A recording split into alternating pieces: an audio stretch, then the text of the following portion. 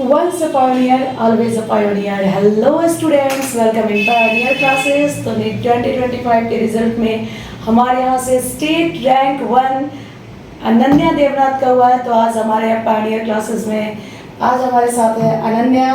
Ananya, congratulation and welcome in Pioneer classes. Thank you.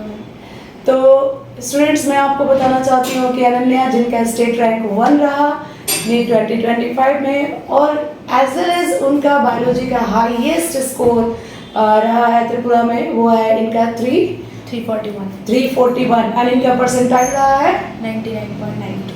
Okay. तो सबसे पहले अनन्या, मैं आपसे जानना चाहूँगी कि आपकी जर्नी पायनियर क्लासेस के साथ कैसे शुरू हुई, कहाँ से शुरू हुई, कितने साल के लिए?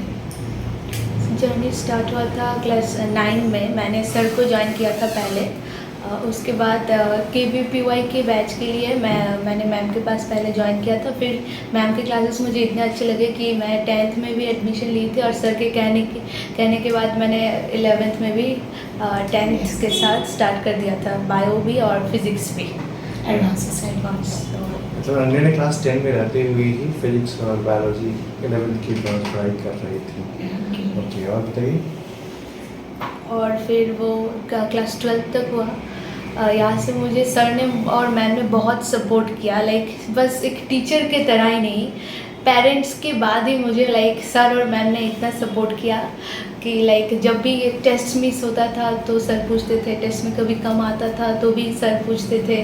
फिर कैसे पढ़ाई चल रही है, कितने तक हुआ है, मतलब ऑल टाइप्स ऑफ गाइड जो लाइक टीचर नहीं, सच में एक मेंटर करते हैं, वो सर और मैम ने मुझे किया है। और उसके लिए मैं शायद मेरे लाइफ टाइम के लिए मैं थैंकफुल हूँ सर का और मैम का, यहाँ पायनियर क्लासेस का। यही था मेरा जर्नी 4 ईयर का। 4 ईयर की जर्नी छोटी नहीं है, बहुत बड़ी जर्नी है। और ये 4 ईयर की जर्नी फुल कंसिस्टेंसी के साथ रही है, ठीक ना? इसमें कोई डिस्ट्रैक्शन कभी नहीं रहा या किसी तरीके का नेग्लिजेंस नहीं रहा कि आज नहीं पढ़ते हैं कल पढ़ेंगे, राइट ना? सर और मैम ने मुझे कभी नेगलेक्ट करने ही नहीं दिया, ऐसा गाइड था मेरा। ओके। अच्छा, कितना अप्रोचेबल होते हैं टीचर्स यहाँ पे आपके लिए? सर और मैम कितने अप्रोचेबल हैं? जब कोई प्रॉब्लम हो रही है आप इजीली अप्रोच कर सकते हो? हाँ, हमेशा ही मैंने सर और मैम को जब भी प्रॉब्लम हुआ मैसेज में, व्हाट्सएप में, कॉल करके सब टाइप का हेल्प किया। जब प्रॉब्लम होता तो समझ नहीं आता था तो मैं सेंटर पे भी आ जाती थी। सर और मैम हर टाइप का डाउट सॉल्व करते थे। क्लास के बाद, स्पेशली मैम के क्लास के बाद तो बहुत सारे क्वेश्चन हम लोग ग्रुप में बैठ के डिस्कशन करते थे, जो बहुत हेल्पफुल था। टेस्ट के बाद टेस्ट के क्वेश्चन एनालिसिस जो शायद कहीं और नहीं होता, हम सब लोग मिलके सर के साथ, मैम के साथ, हम स्टूडेंट्स मिलके डिस्कस करते कि किसका सही हुआ, क्या लॉजिक है, सही हो सकता है कि नहीं, आंसर की में चेंज हो सकता है कि नहीं, वो बहुत हेल्पफुल था। अच्छा, तो मुझे अब एक बात बताइए कि हमारे सभी स्टूडेंट्स को पहले बताइए कि नीट में अच्छा रैंक लाने के लिए या किसी भी कॉम्पिटिटिव एग्जाम में अच्छा रैंक लाने के लिए, स्पेशली मैं नीट की ही बात करूँगी, जो 3 सब्जेक्ट होता है फिजिक्स, केमिस्ट्री, बायोलॉजी, इसको कैसे कोऑर्डिनेट करके रखा कि कितना फिजिक्स कितना बायोलॉजी, ये सभी स्टूडेंट को बताइए हमें। मेरा लाइक एक दिन में फिक्स नहीं था कि इतने घंटे ही फिजिक्स पढ़ना है, इतने घंटे बायो पढ़ना है, इतने घंटे केमिस्ट्री पढ़ना है, ऐसा नहीं था। मैं टेस्ट वाइज पढ़ती थी क्योंकि टेस्ट की सिलेबस तो ऑब्वियसली एग्ज़ाम ओरिएंटेड ही होता था, तो टेस्ट्स में जो सिलेबस होते थे उसके हिसाब से पढ़ती थी। और मेरा फिजिक्स और बायो थोड़ा स्ट्रॉन्ग था क्योंकि मैंने एडवांस किया था, तो 11th में मैंने केमिस्ट्री थोड़ा फोकस ज़्यादा किया था। तो ये एडवांस रहने का एक बेनिफिट है। और फिजिक्स में एडवांस रहना, बायोलॉजी में एडवांस रहना बहुत मतलब बहुत प्रोडक्टिव है। वो दिख रहा है आपको कैसे प्रोडक्टिव है, राइट? और पायनियर क्लासेस के बारे में कुछ बताइए कि 4 साल का जर्नी कभी बोर नहीं हुआ आपने कि नहीं 4 साल एक साथ बैठे हैं, एक ही टीचर सामने है, पढ़ा रहा है, ये कर रहा है? क्या था वो क्लास से कंटेंट बहुत क्रूशियल था या क्या था वैसा कुछ? बोर्ड तो एकदम ही नहीं। मैं तो अदर क्लासेस जब ख़त्म हो गई थे मैं तो मिस कर रही थी बहुत। लग रहा था कि और भी क्लासेस कर पाती तो अच्छा होता। तो क्लासेस में लाइक सर के क्लास नोट्स बहुत इंपॉर्टेंट है। मैंने बहुत बार सर के क्लास नोट्स रिवाइज़ किए, बहुत बार। और जो क्वेश्चन सर क्लास में प्रैक्टिस कराते हैं उनको भी मैंने बहुत बार प्रैक्टिस किया है घर जाकर। और मैं कहना चाहूँगी कि डेली के नोट्स आप डेली रिवाइज़ कर लीजिए, वो बहुत हेल्पफुल होगा।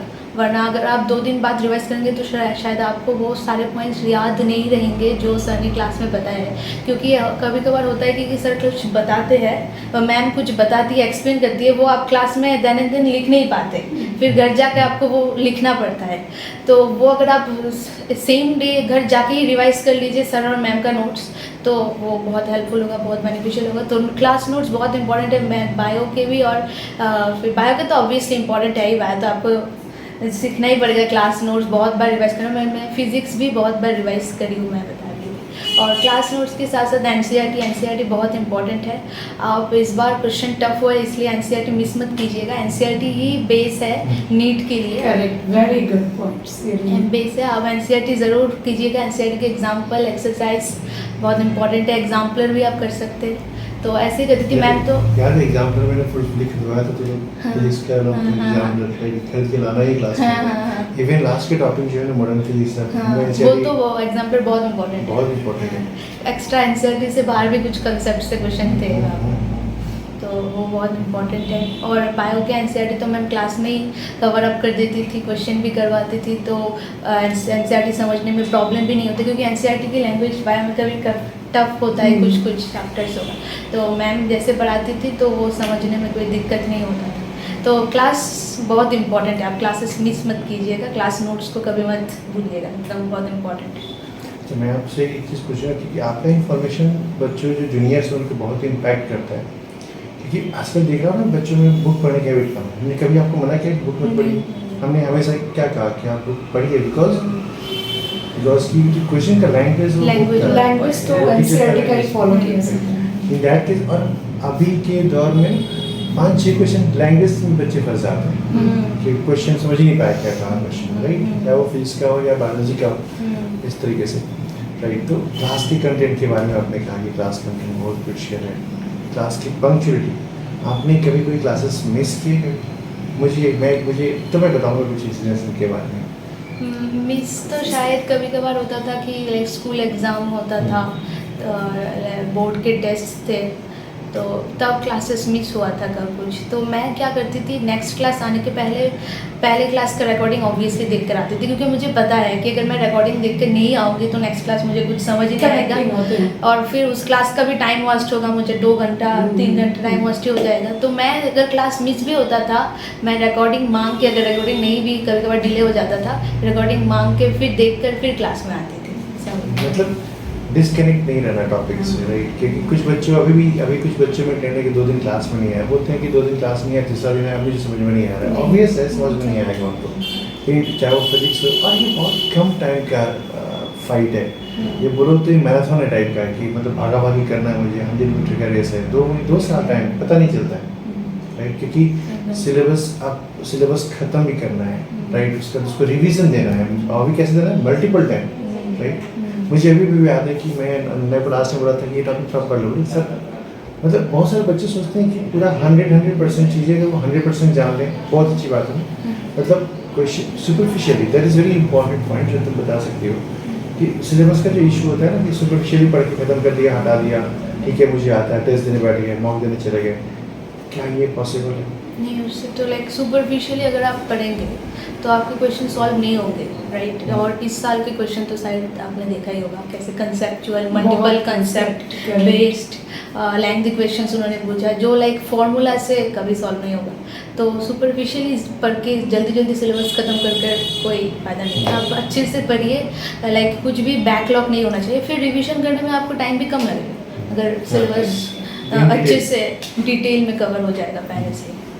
अब ये रिवीजन वाली बात आ गई, तो मैं जानना चाहती हूँ कि अनन्या दीदी टॉपर से है नेट 2025 की, तो क्या टॉपर्स को भी पढ़ा हुआ चीज़ भूलते हैं टॉपर्स? हाँ, बहुत बार भूलती हूँ मैं कहना चाहती हूँ कि मेरे भी बैकलॉग्स थे, लाइक फिजिक्स का एक टॉपिक था फ्लूइड्स जो मुझे बहुत तंग किया। मैंने लाइक जेईई मेंस जनवरी सेशन के पहले ही भी फ्लूइड्स कंप्लीट किया था, तो वो फ्लूइड्स और सॉलिड्स, ये 2 चैप्टर बहुत ही मुझे तंग किया। और बायो में इतना बैकलॉग नहीं था, बायो में मैंने जैसे पढ़ा वैसे ही कर लिया मैंने।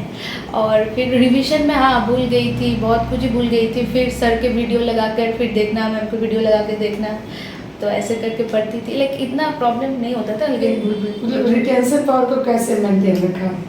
मैं तो रिवीजन कर मैं तो लाइक याद करने में बहुत ही लाइक याद करने में मुझे सबसे ज़्यादा प्रॉब्लम होता था, इसलिए बायोलॉजी पढ़ने में मुझे सबसे ज़्यादा बायोलॉजी मेरा लाइक चारों सब्जेक्ट में सबसे वीक था, बायो फिर ऑर्गेनिक केमिस्ट्री, क्योंकि मुझे याद ही नहीं होता था। ओके ओके, तो याद करने में प्रॉब्लम होती थी, तो बार बार पढ़ती थी फिर। Correct correct. मतलब जो आपका वीक पॉइंट था वो था कि किसी चीज को मेमोराइज नहीं कर पाती हाँ। मुझे और उस चीज को आपने ओवरकम किया रिवाइज बार बार करके। पढ़ते हैं। मतलब बच्चा लोग टॉपर्स को भी बोलने की बीमारी होती है, नेवर थिंक कि सिर्फ बोलते आप ही लोग हैं, टॉपर्स एकदम नहीं बोलते, उनको भी प्रॉब्लम्स होते हैं, बट उस सब का एक ही और सॉल्यूशन है, वो है मल्टीपल रिवीजन, कंसिस्टेंसी। मैं फिर से बोल रही हूँ राइट ना, तो नेवर थिंक कि ये आपके साथ हो रहा है और गिव अप आप कर दिए, ये सबके साथ होता है राइट ना, it's the part of human nature right.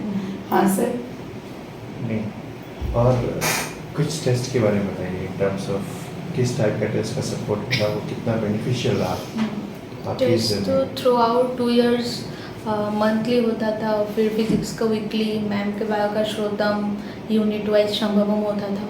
तो सारे टेस्ट से बहुत इंपॉर्टेंट है, तब तो आप पढ़ रहे हैं और फिर टेस्ट दे रहे हैं, और आपका लाइक आपने वो टॉपिक क्या है, कितना समझा, कितना पढ़ा, वो एनालाइज हो जाता है सारे टाइप के टेस्ट देके, वीकली मंथली। और फिर लास्ट में हमारा होता था आरबीटी 12th से। आरबीटी ने मतलब रिवाइज करने में बहुत हेल्प किया। जब आरबीटी स्टेज 1 हुआ, स्टेज 1 में तो लाइक कुछ चैप्टर्स लेकर हुआ था, तो वो सारे चैप्टर्स डिटेल में फिर से रिवीजन हो गया, डिटेल में रिवीजन हुआ। और उसके बाद जब स्टेज 2 में और फुल सिलेबस का था, तब फुल सिलेबस देकर लाइक नीट लाइक एक्सपीरियंस हुआ कि मैं आपको बताऊँ सच्चाई ना कि इतने सारे टेस्ट उन्होंने दिया ना यहाँ पे, उसको मैनेज करना इतना आसान नहीं था राइट। कभी कभी मुझे बोलती थी कि सर, क्योंकि इसका एक हैबिट है, अभी मैं बता रहा हूँ इसको बताने की, इसको हैबिट था कि टेस्ट के पहले जो भी सिलेबस है पूरा रिवाइज करके आए, कुछ अगर इतना सा ही बाकी है ना तो कहेगी नहीं मुझे रिवीजन करना पड़ेगा राइट। और रिवीजन करके, क्योंकि वो परफेक्शन दिखाता है कि सर अगर मान लो कि टेस्ट के लिए तो इतना रिवीजन नहीं किया राइट, और तुम टेस्ट देने आ गए, हो सकता है कि मैंने 5-6 क्वेश्चन वहीं से दे दिया, तो उस केस में आप सोचते हैं टेंशन राइट, और वो प्रेशर होता है क्योंकि उनका रैंक का भी फैक्टर है कि अगर आप अभी टॉप 5 रैंक में हो, नीचे गिर गया 25-30 में, तो फिर लगता है क्या हुआ, बट वो छोटा सा टॉपिक का रिवीजन था। तो गार्जियंस और जूनियर्स को आप क्या बोलना चाहोगे कि वो पायनियर क्लासेस को किस तरीके से तो देखें, किस तरीके से यहाँ की बेनिफिट्स को ले, क्या क्या यहाँ पे वो आके बेस्ट चीज़ मिल सकता है उसको, कितने उनके पेरेंट्स को इस सेफ्टी हो कि बच्चे सेफ है यहाँ पे in all respect, terms of study, terms of behaviour, terms of environment right, in all about.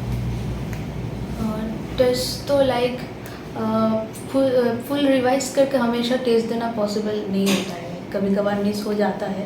और फिर भी मैं कहूँगी कि अगर आपका ज़्यादा टेस्ट मिस मत कीजिए, टेस्ट मिस करना एकदम ही अच्छा हैबिट नहीं है। फिर भी अगर आप नहीं मैनेज कर, लाइक स्कूल का टेस्ट, स्कूल का एग्ज़ाम हो, तो एक आध टेस्ट मैंने मिस किया था, लेकिन आपको हमेशा याद रखना है कि अगर टेस्ट मिस हुआ तो उस टॉपिक को मिस मत कीजिएगा, उस टॉपिक को घर में आप पढ़ लीजिए, घर में ही क्वेश्चन प्रैक्टिस कर लीजिए अगर टेस्ट में अगर आप मैनेज नहीं कर पा रहे हैं।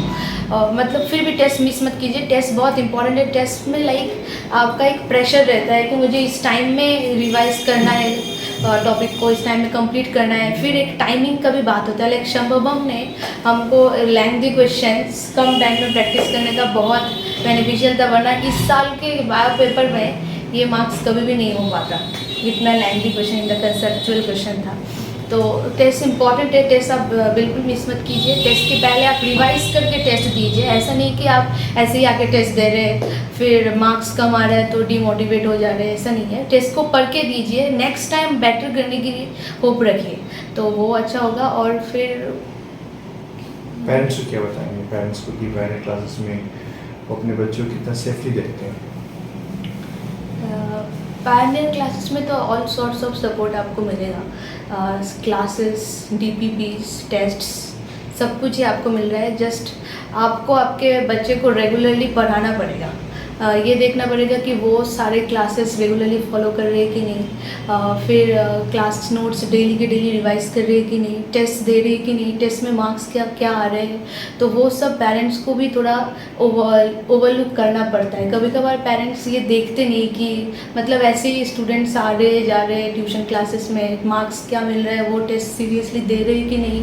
तो वो कभी कभार पेरेंट्स नेगलेक्ट भी करते हैं, तो वो नेगलेक्ट नहीं करना चाहिए। और फिर घर में पढ़ाई, self study is very important. Self study कीजिए। हाँ, एक्चुअल की self study. 6 to 7 hours self study daily, बहुत इंपॉर्टेंट है। 6 to 7 hours daily after all classes. Classes. After all classes, school, everything. Right, सब कुछ के बाद राइट, तो समझ लो कि कम से कम तुमको 16 घंटा चाहिए राइट ऑफ पढ़ाई के लिए सिर्फ। और इसने दिया है, वो भी 1 साल नहीं 4 साल दिया है, क्योंकि मुझे याद है कि जब एडवांस स्टडी कर रही थी ना, तो जब बोर्ड के एग्ज़ाम चल रहा था इसका 10th बोर्ड, तो 10th बोर्ड के 1-2 दिन बाद ही मेरा इसका 11th का क्लास था। तो ये सुबह क्लास था इसका, सोचो सुबह क्लास था इसका, सुबह के बैच में आ रहे थे, मुझे याद है। और वही टाइम पे 6:30 में 6:30, तो मैं गया क्लास में, एक्सपेक्ट नहीं किया था कि अभी तो बोर्ड चला है, तो सारा 1-2 दिन बाद कहीं बोर्ड के मुझे याद है, बोर्ड जिस दिन खत्म हुआ था उसके बाद 1 दिन गैप, उसके नेक्स्ट दिन ही सुबह क्लास था। तो ये क्लास में आ गया, तुम यहाँ क्या कर रही हो, तभी तुम्हारा बोर्ड एग्जाम खत्म हो रहा है। तो मैं क्या, ठीक है, मैं पढ़ाना शुरू किया उसको, बट जाके जब इसकी कॉपी को देखा तो पूरे पीछे के जो क्लासेस मिस किए थे इसने, सारे नोट्स रेडी थे उसके अंदर। तो उसको देख के सोचा कि अरे नहीं, कुछ तो है इसके अंदर, राइट। तो ये टीचर का ऑब्जर्वेशन भी है, जो कि हमने रेडी, मैं इसको क्रेडिट नहीं ले रहा हूँ, बट इसमें वो पोटेंशियल था, मैंने देखा और उसको पुश किया कि तुम आ जाओ आगे की क्लासेस के लिए, राइट। बहुत सारे लोग इसको दे भी नहीं पाते, बट स्टिल गुड, अच्छा, ठीक है। तो ओवरऑल अपना बहुत मेहनत किया इसने, बहुत टेस्ट को लेके, क्लासेस, डीपीपी मटेरियल्स, क्लास में आके। एक चीज़ मुझे बताओ कि जब मैं क्लास में बोलता हूँ ना कि जो हमारे बगल में जो बैठा है, तुम कुछ बताओ क्या बोलता हूँ मैं? मेरे तो वैसे ज़्यादा फ्रेंड्स नहीं थे। मुझे जो जानते हैं वो लोग जानते होंगे, मेरे क्लास में फ्रेंड्स नहीं थे। ऐसा नहीं था कि डेली एक ही लोग के साथ में, एक ही गर्ल के साथ में डेली बैठती थी, ऐसा नहीं था। जहाँ सीट मिलता था फ्रंट साइड में, फर्स्ट बेंच में, सेकंड बेंच में, वहाँ मैं बैठ जाती थी। तो मेरा कोई ऐसा फ्रेंड नहीं था। मैं कभी क्लास में, जब क्लास चलता है, कभी भी एक वर्ड भी मैंने बात नहीं की किसी से। It's true, 100% true. Even I have seen this कि during classes अनन्या में मैंने 2 ही चीज़ देखा है, fully focused on teachers क्या कर रहे हैं, and second चीज़ इनकी beautiful smile. It's true ना? Yes or no? ये मैं हमेशा ये बहुत, क्योंकि अगर हम कभी कुछ बच्चों को देखते थे कि बच्चे को लगातार हम पढ़ा रहे हैं, बच्चे भी पढ़ते पढ़ते एक प्रेशर में आ गए, तो हम भी चीज़ों को कभी कभी मॉडिफाई करते थे कि बच्चे थोड़े रिलैक्स, रिफ्रेश हो जाए। तो अनन्या की जो स्माइल होती थी फर्स्ट बेंच या सेकंड बेंच कहीं से, काफ़ी रिफ्रेशिंग होती थी मेरे लिए भी। इट्स ट्रू, मैं आपको भी पहले ये कॉम्प्लीमेंट दे चुकी हूँ, राइट ना, कि आपकी जो स्माइल है वो मेरे लिए भी काफ़ी रिफ्रेशिंग है। तो स्टूडेंट्स, सबसे पहले हाँ, एक चीज़ मैं अनन्या आपसे जानना चाहूँगी, सभी स्टूडेंट को आप बता दीजिए, क्योंकि आप हमारी टॉपर हैं और आपके एक एक वर्ड्स को हमारे जो स्टूडेंट हैं, जो वो अभी नीट एस्पिरेंट है, वो एकदम पॉइंट आउट करके रखे हुए कि दीदी ने क्या क्या बोला है। तो एक चीज़ और बताइए, कॉम्प्लेक्स टॉपिक को कैसे सॉल्व करती थी? जो कॉम्प्लेक्स पॉइंट होता था, कॉम्प्लिकेटेड कंसेप्ट होते थे, उसके लिए क्या करती थी? बुक्स, नोट्स, या 2 दिन बाद, या टीचर से फिर से हेल्प लेना, किस तरीके से उसे सॉल्व करती थी?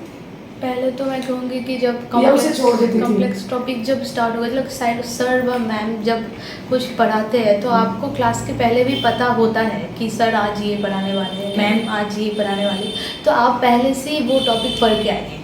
तो फिर आपको क्या होगा, क्लास में जो भी मैम सर बोलेंगे, एक भी टॉपिक मिस नहीं होगा, सब कुछ आपको समझ आएगा। अगर आपको पहले से ही वो आइडिया था, सर भी बताते थे कि आप पहले से ये टॉपिक पढ़ के आइए। हाँ, बुक पढ़ के आइए, एनसीईआरटी पढ़ के आइए, एनसीईआरटी जो भी बुक है आपके पास पढ़ के आइए, और पिछले क्लास का नोट्स देख के, तो फिर आपको कोई टॉपिक इतना कॉम्प्लेक्स नहीं लगेगा ट्रूली। और फिर और अगर फिर भी अगर आपको कॉम्प्लेक्स लगता है, तो आप बार बार पढ़िए, रिवाइज कीजिए, सर से हेल्प लीजिए, मैम से हेल्प लीजिए, बुक्स एनसीईआरटी पढ़ने की ट्राई कीजिए, क्वेश्चन कीजिए, क्वेश्चन से भी कभी कभार कंसेप्ट क्लियर होते हैं। रिवर्स से आप ट्राई कीजिए, क्वेश्चन कीजिए, फिर आप कंसेप्ट पढ़ने की ट्राई कीजिए, तो वो भी इवन मल्टीपल क्वेश्चन। इस बार पे जो नीट था ना, उसमें कैलकुलेशन में कितना बार होता? बहुत बहुत था इस बार के क्योंकि बच्चे ना कैलकुलेशन को अवॉइड करते, याद करो क्लास में भी मैं बोलता था, आज तक मैंने नहीं मिला, भी किया। आज तक बोला मैंने, तुम देखा मैंने क्लासरूम के अंदर जब कैलकुलेशन आता है तो मैं करके पहले देता हूँ, मतलब पहले करो, खुद करो अपने से, मैं भी बोर्ड पे कर रहा हूँ, तुम भी खुद करो, राइट, इज इट?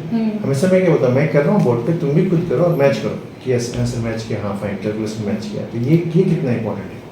ये बहुत इंपॉर्टेंट है, कैलकुलेशन करना चाहिए। लाइक हम कभी कभार करते थे कि घर में प्रैक्टिस कर रहे तो मोबाइल से कैलकुलेटर यूज़ कर ले रहे हैं कैलकुलेटर, तो ये नहीं करना चाहिए, ये बैड हैबिट है। फिर आपको वो एग्ज़ाम में स्पीड नहीं आएगा कैलकुलेशन का। और एक बात था जो सर ने मुझे बताया था कि लाइक एक क्वेश्चन करके ही मैं क्या करती थी, आंसर देखती थी। वो मेरा एक बुरा हैबिट था जो सर ने बताया, वो अच्छा नहीं है। क्योंकि आपको लाइक एग्ज़ाम में क्या होगा कि आपको तो आंसर की नहीं मिलेगा, क्वेश्चन करना पड़ेगा, फिर क्या होगा कि आप कंफ्यूजन में रहेंगे कि हुआ है कि नहीं हुआ है, फिर नेक्स्ट क्वेश्चन में भी आपको कॉन्फिडेंस नहीं आएगा। तो ऐसा हैबिट मत कीजिए, पूरा क्वेश्चन पूरा लाइक जितने भी क्वेश्चंस हैं 40-50 सब कीजिए, उसके बाद ही आंसर की मैच कीजिए और कैलकुलेशन खुद से कीजिए, वो इम्पॉर्टेंट है। टाइम लगे फिर बाद में स्पीड आ जाएगा कैलकुलेशन। फिजिक्स के क्वेश्चंस का बच्चों को बहुत प्रॉब्लम होता है कि सर क्लास समझ में आ रहा है, थ्योरी समझ में आ रहा है, क्वेश्चन नहीं कर पा रहे हैं। उसका पहला रीज़न तो मुझे ये लगता है, जो मैं एज ए टीचर बोलता हूँ, कि वो घर में जाके इन चीज़ों को दोबारा लिख के नहीं पढ़ते। जैसे प्रोजेक्टाइल मोशन उनको पढ़ाएगा तो जाकर उनको क्या करना चाहिए, बताइए आप क्या करना चाहिए उनको, उस प्रोजेक्टाइल क्वेश्चन करने में तकलीफ नहीं हो। सिर्फ एग्जाम्पल, जैसे सर ने समझाया क्लास में डायग्राम ड्रॉ करके, वैसे ही आपको रफ पेज लेकर, मैं रफ पेज लेकर रिवाइज करती थी घर जाके, रफ पेज लेकर वो सब लिख कर फिर प्रैक्टिस करना है। क्वेश्चन नहीं हो रहा है कंसेप्ट पढ़ने के बाद, मतलब आपका कंसेप्ट ही एक्चुअली क्लियर नहीं है। और clear in the sense of what, कि आपने जाके घर में रिवाइज नहीं किया। नहीं, बहुत मैंने सुना है, बहुत कहते हैं कि फिजिक्स का कॉपी रिवाइज करना ज़रूरी नहीं है। नहीं, बहुत ज़रूरी है फिजिक्स। इवन फिजिक्स की क्लास करने के जस्ट बाद जाकर के उसको दोबारा लिखना, खुद को वर्चुअली किसी और को पढ़ाना है, ये ऐसे होता है, ऐसे होता है, ऐसे आ गया, एंड देन उसके बाद जब क्वेश्चन करते हो तो सब चीज़ें आपके दिमाग में आती है। इट्स नॉट लाइक कि आपने हिस्ट्री टाइप की चीज़ें, क्योंकि वहाँ जो टीचर ने एक्सप्लेन किया ना, क्वेश्चंस का कनेक्शन डिफरेंट टाइप्स होगा, वो अप्रोच क्वेश्चन दिखाना, राइट। तो ये फिजिक्स के लिए, क्योंकि फिजिक्स इनका बहुत स्ट्रॉन्ग साइड था, बायोलॉजी का बहुत स्ट्रॉन्ग साइड था, राइट। और इस वजह से इस इतने बड़े टफ एग्जाम में भी इन्होंने अपने माइंड को कूल करके रखा, राइट। अभी भी बोलती हैं, राजी बोल रही थी कि सर थोड़ा 10 मिनट और टाइम मैनेज कर देते ना, 10-20 मार्क्स और उठा सकते थे, राइट।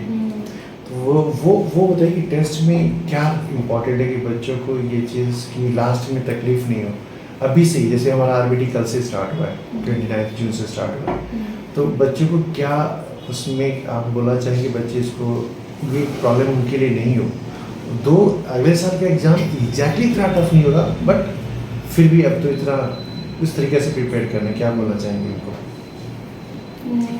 टफ क्वेश्चंस तो अभी शायद सर ने बताया कि अभी तो टफ क्वेश्चंस देंगे आरबीटी में।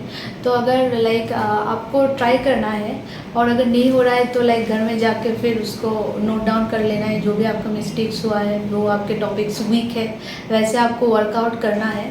और लाइक अभी तो आपका लाइक माइंड सेट भी कुछ ऐसा हो गया है, चेंज हो गया। हमारा तो माइंड सेट ऐसा नहीं था। टफ से क्वेश्चन फेस करना है मुझे।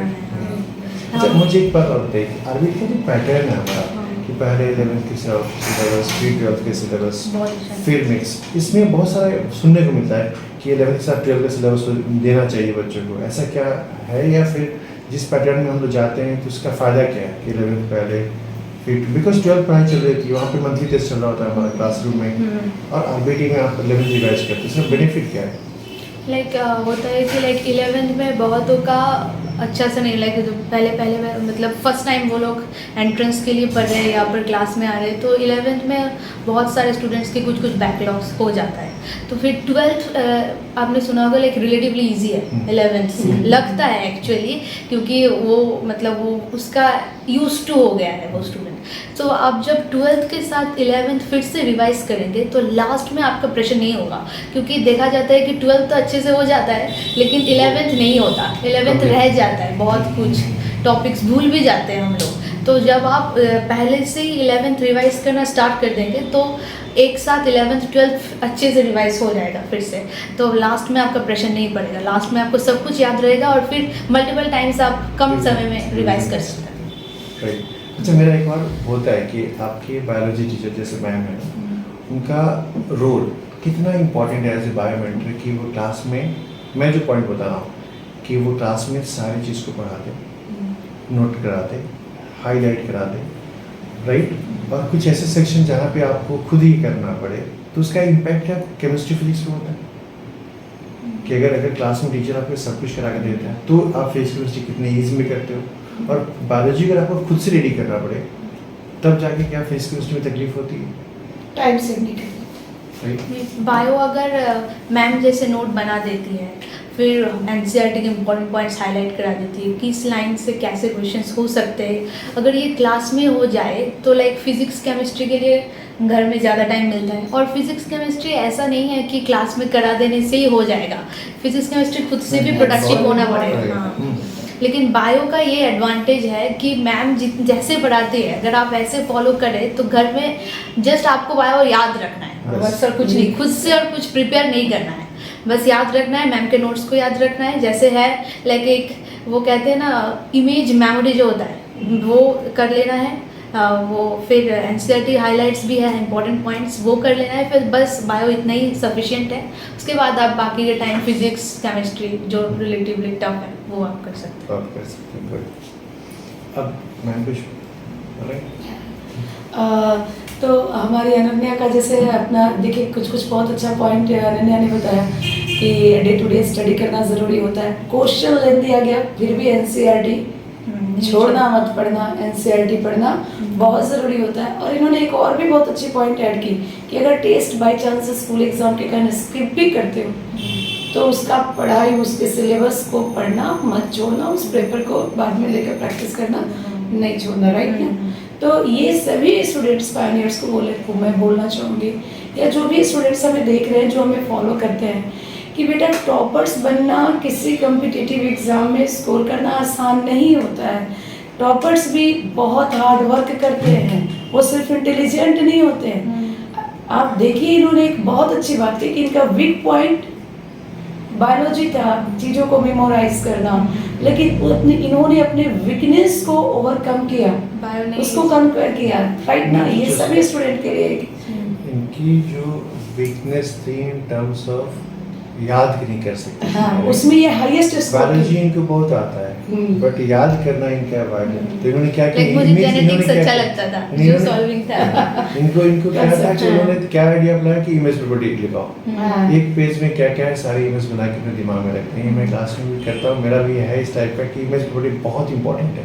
एक बार चीज़ों को देख लो, वहाँ क्या रखा हुआ वो तुमको दिमाग में रहेगा, राइट। तो उसका सब्स्टिट्यूट क्या निकाला उन्होंने छोड़ा नहीं, टट्टा नहीं मारा, उन्होंने अपने माइंडसेट को वैसे ही रखा क्योंकि फिजिक्स इनका स्ट्रॉन्ग साइड है तो लॉजिकल पॉइंट ज़्यादा होगा, ऑब्वियस है। तो उस केस में मैं जैसे इन्होंने कहा कि जेनेटिक्स बहुत इनको अच्छा लगा बिकॉज में कैलकुलेशंस है, न्यूमेरिकल से शायद जैसे सुनता मुझे कम आता है, तो वैसा है। तो वो इन्होंने अपने को स्ट्रॉन्गली करके रखा। तो एक चीज़ को कैसे अच्छा करना है, मुझे वे आउट ढूंढना है कि मुझे अच्छा कैसे करना है, बहाना नहीं बनाना कि नहीं हम याद नहीं कर सकते इसलिए माइट है भाला का नाम है हमें मुखस्त करते जो होते हैं उनको भी वो अपनी परेशानियों को जल्दी फाइंड आउट करके उसका सॉल्यूशन तुरंत दे देते हैं, राइट। यही प्लस पॉइंट है। तो वो बहुत इन्होंने, मैं तो देखा हूँ, मैं खुद बता रहा हूँ, मेरे जैसे इंसान को 4 साल डेली फेस करना कि एक दिन में 2-3 बार आ जाते थे क्लास के अंदर, मुझे ऐसे याद है। 10th में मैं बताती हूँ, तो लाइक होता था क्या, 11th का क्लास होता था सुबह 6:30 हाँ फिजिक्स, फिर होता था KVPY का क्लास 12 बजे से 12 से 3, फिर 4 बजे से होता था संडे का बैच, 10th का बैच 4 बजे से, फिर रात के 8 बजे से ट्यूसडे का बैच। मतलब कि दिन में कितने क्लासेस, मैं यहाँ पर ही रहती थी। मेरा क्लास खत्म हो जाता था फिजिक्स का, तो मैम ट्यूसडे को रात को एक्स्ट्रा क्लास करती थी, फिर रात को तो यहाँ से भाग के जाती थी कि सर मैं 4 बजे जल्दी जा रहा हूँ, मेरा मैम के क्लास में जाके मैं लॉगिन, सोचो खाना भी नहीं खाया होगा जब रात को मैम के बायो क्लास करती थी, मम्मी खिला देती थी, ऐसा होता था। ये चीज़ है। और अगर कोई ये बोलता है कि सर मैम बहुत ज़्यादा क्लास लेके, तुम्हारे लिए तो लेते हैं, राइट। मैम की हार्ड वर्क मोटिवेट करती थी, मैम इतना हार्ड वर्क करती है हमारे लिए, दिन रात कुछ नहीं सोचती। रात में भी मैम जब क्लासेस कराती थी 12:30 बज जाते थे कभी कभार, तो ये भी हमको लगता था कि वो लोग इतना कर सकते तो हम क्यों नहीं कर सकते। तो ये बहुत इम्पोर्टेंट है। फैमिली आप बताइए कि रिवीजन स्ट्रेटजी हम लोग की कैसी होती है यहाँ पे after finishing the syllabus. Revision तो लाइक सर के यहाँ पर प्रैक्टिस क्लासेस होते थे, और फिर रिवीजन में टेस्ट्स बहुत इम्पोर्टेंट थे। दोस्त बनाने हैं? अभी बनाने हैं? डॉक्टर बनना है तो 2 इयर्स कुछ नहीं बनाना है। नहीं, मैं बता रही हूँ 2 इयर्स आपको सिर्फ खाना है, पीना है, सोना है और पढ़ना है, जस्ट दिस मच। मोबाइल से एकदम दूर रहना है, दोस्त से भी दूर रहना है, बस पढ़ना है। लाइक मैं क्लास में क्या होता था, मैं तो किसी से बात करती नहीं थी। अगर देखा जाता था कि पीछे के बैच में कोई और बात करता तो मैं उनको भी टोकती थी कि बातें मत करो, डिस्टर्ब हो रहा है। इवन मैंने देखा भी है, इस चीज़ को मैंने देखा है आपको कि आप पढ़ाई कर रही हैं और पीछे ऐसे ऐसे देख रही हैं, और जब मैंने देखा कि ये बच्ची तो कभी भी ऐसे देखती नहीं है, देन आई रियलाइज कि ये कहीं ना कहीं से डिस्टर्ब हो रही है। ये सही बात है कि खुद भी पढ़ती थी और बाकी की इनके सराउंडिंग को भी ये बहुत कूल एंड काम करके रखती थी कि बच्चा लोग अगर क्लास में आए तो you have to read, write ना। और अपने इंस्टीट्यूट के साथ, जिस इंस्टीट्यूट में आप पढ़ाई करते हो उसके ऊपर ट्रस्ट करना, उसके साथ ऑनेस्टी रखना कितना इम्पोर्टेंट है? हाँ, बहुत इम्पोर्टेंट है। मैंने तो सर के साथ, मैम के साथ सब कुछ शेयर करती थी। अभी ये प्रॉब्लम हो रहा है, मुझे ये याद नहीं हो रहा, ये समझ नहीं आ रहा है, या ये टेस्ट का सिलेबस नहीं हो रहा, ये टेस्ट नहीं दे पा रही हूँ मैं, फिर भी सर कहते थे दे दो, कुछ नहीं होगा। तो ऐसे मतलब सब कुछ शेयरिंग में ही था हमारा। तो सब कुछ की तरफ से पढ़ाई नहीं, बस सब तरफ से उन्होंने मोटिवेटेड रख पाया, क्योंकि मैंने सब कुछ शेयर किया। आपको भी शेयर करना चाहिए। करेक्ट। जो स्टूडेंट बिना शेयर किए सोचते हैं कि टीचर हमें अप्रोच नहीं करते, ये पॉसिबल नहीं है।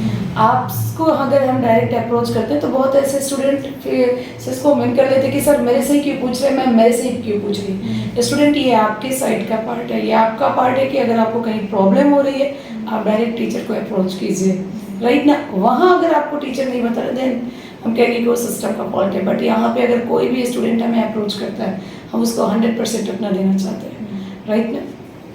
अच्छा, अभी जूनियर्स को क्या बोलेंगे जो आपके जूनियर्स हैं, राइट, उनको पैरेंट क्लासेस को कैसे ज्वाइन करना चाहिए, क्या बेनिफिट है, किस बिहाफ में उनको ज्वाइन करना चाहिए? सर जूनियर्स को बताइए। जो यहाँ पर पढ़ रहे हैं, मैं तो कहना चाहूँगी आप सर और मैम पर पूरा ट्रस्ट रखिए, यहाँ पर ट्रस्ट रखिए और पढ़ते रहिए कंसिस्टेंटली। आपका रिजल्ट ज़रूर होगा, आपका हार्ड वर्क कभी भी वेस्ट नहीं होगा। आप पढ़िए, और मैं कहूँगी कि आप थोड़ा गॉड को भी प्रे कीजिए, बहुत वो भी इम्पॉर्टेंट है। बस पढ़ना ही नहीं, लाइक एक होता है ना वो लाइक इमोशनल साइड और कुछ स्पिरिचुअल साइड, आपको हमेशा एनर्जी देता है, वो रेस्पेक्ट टीचर के तरफ, अपने पेरेंट्स के लिए, अपने गॉड के लिए, सरस्वती माँ के लिए, वो इम्पोर्टेंट है। पढ़िए और वो कीजिए, आपका ज़रूर अच्छा होगा। बहुत अच्छी बात बोली है। ओके, तो हमें अनन्या को, मैं जहाँ तक जैसे अभी बात की, मुझे बहुत अच्छा लगा कि रिस्पेक्ट भूल जाते हैं बच्चे। हम पढ़ते हैं तो पेरेंट्स पे आँख उठाते हैं, टीचर्स को नहीं आता है, ऐसा सोचते नहीं बेटा आपको ये सब नहीं करना है, you have to be a pure student, right ना। वो बहुत ज़रूरी होता है। आप हार्ड वर्क कीजिए, पढ़ते रहिए और ऊपर वाले पे विश्वास रखिए। बहुत अच्छी से बच्ची से मुझे बात करके आज रियली बहुत अच्छा लग रहा है। हार्ड वर्क कभी वेस्ट नहीं जाता है, ये सबसे अच्छी बात है, इस चीज़ को ध्यान रखिएगा। आपके डेस्टिनी में क्या है वो ज़रूर आपको मिलेगा। मैं लास्टली चीज़ बोलूँगा, मुझे अपना इसके पूरे जर्नी का एक्सपीरियंस कि जब ये पढ़ाई कर रही थी ना तो इसको बैक साइड पुलिंग भी बहुत सारा कुछ मिला, राइट, कि देखते हैं क्या करोगी। फिर ये भी सुनने को मिलेगा आपको सोसाइटी के अंदर कि आप तेज़ी से जा रहे हो, गिर जाओगे, हम आराम से जाके जीत जाएंगे, ये सारी बातें सुनने की मिलेगी, राइट। हम देख लेते हैं कुछ नहीं, जो सिस्टम है उसके ऊपर आंख बंद करके इसने ट्रस्ट किया, राइट। जो हमने कहा उसको उसने किया, इसमें कोई दो राय नहीं, राइट। हमने ऐसा भी कहा है कि तुम्हारा टेस्ट का प्रिपरेशन है, तुम दे दो ना, तुम्हारा टेस्ट अच्छा होगा, राइट। ऐसा हुआ भी है। और कभी टेस्ट नहीं हुई तो तभी बोले ठीक है कोई बात नहीं, अभी वो एग्जाम जरूरी है, आप उसको लिए यहाँ पर ध्यान रखो, टेस्ट अभी मत दे, एक दो टेस्ट मिस करिए कोई। तो हर बातें मानना, राइट। मुझे याद है ना जिस दिन हमारा लास्ट क्लास में बोला कि आज के बाद हम लोग क्लासेस सिलेबस खत्म हो गया, हम लोग अब नहीं मीट करेंगे, ये रात को 12 बजे फ़ोन किया मेरे को, राइट। और बोल रही है क्या कि सर मैं तो अब कैसे, हम तो इससे मेरा क्या हो गया ऐसा, मुझे रोना आ रहा है, मैं रो रही हूँ, दिस एंड दैट। पर रियली था वो चीज़ हम भी इस चीज़ को फील किए कि एक बंदे की बच्ची, एक फैमिली जो 4-5 साल तक यहाँ पे आते हैं, 4 साल तक आ जाता है एवरी वीक में करीब 4 दिन 5 दिन, राइट। और फिर चीज़ें तो एनीवे ये सबके साथ है, अभी जहाँ भी जाएँ एम्स पटना मिल जाए या फिर उससे काफ़ी अच्छा मिल जाए इनको, जाके वहाँ पे भी बहुत सारे कैरियर है इनके पास, राइट। हाँ, अगर जो डिस्टिनी है वो तो मिला, लेकिन जो हुआ उसी को अच्छे से एक्सेप्ट करना है, और जहाँ भी जाएंगे जो हुआ अच्छा हुआ, राइट, उसमें खुश रहना है। सब किसी को जो जूनियर है, हम लोग हर ईयर चीज़ों को इम्प्रूव कर रहे हैं, राइट। हमने TPP ये सब कुछ चेंज कर दिया, मैं सब बताया इसको भी। जो NTA चेंज करता है सेम चेंजेस हम इंस्टेंट मॉडिफाई करते हैं अपने सिस्टम। जस्ट आपको सपोर्ट रखना है, राइट, ट्रस्ट भी करना जो किसी ने करके दिखाया, राइट। और कुछ लास्ट वर्ड बोलिए आप जूनियर्स को, बस रखेंगे अभी। यही कहूँगी कि पढ़िए, हार्ड वर्क कीजिए, स्मार्ट वर्क कीजिए, कंसिस्टेंटली पढ़िए, और फिर डिस्ट्रैक्शन से दूर रहिए। वो मोबाइल ही हो, सोशल मीडिया हो या फ्रेंड्स हो, उनसे दूर रहिए। सर और मैम के बातों पे ध्यान दीजिए, अपने पेरेंट्स की बातों पे ध्यान दीजिए, फ्रेंड्स के नहीं, फ्रेंड्स के कम। तो वही हेल्पफुल होगा आपको लास्ट तक, यही कहना चाहूँगी। So thank you Ananya, thank you for joining us, and आपको मैं फिर से ढेर सारा कॉन्ग्रेचुलेशन करना चाहूँगी आपके आने वाले फ्यूचर के लिए, और इतने अच्छे मोटिवेशनल चीज़ों को और इतने अच्छे चीज़ों को पॉइंट आउट करने के लिए जो हमारे जूनियर्स नहीं समझते हैं कि जो टॉपर्स होते हैं उन्हें भी सेम प्रॉब्लम होती है, बट वो हार नहीं मानते हैं, वो लगे रहते हैं। सो स्टूडेंट, आपको भी यही करना है, हार्ड वर्क करते रहना है, कंसिस्टेंसी रखना है, and faith, trust, these all are actual key of success, right? So thank you Ananya.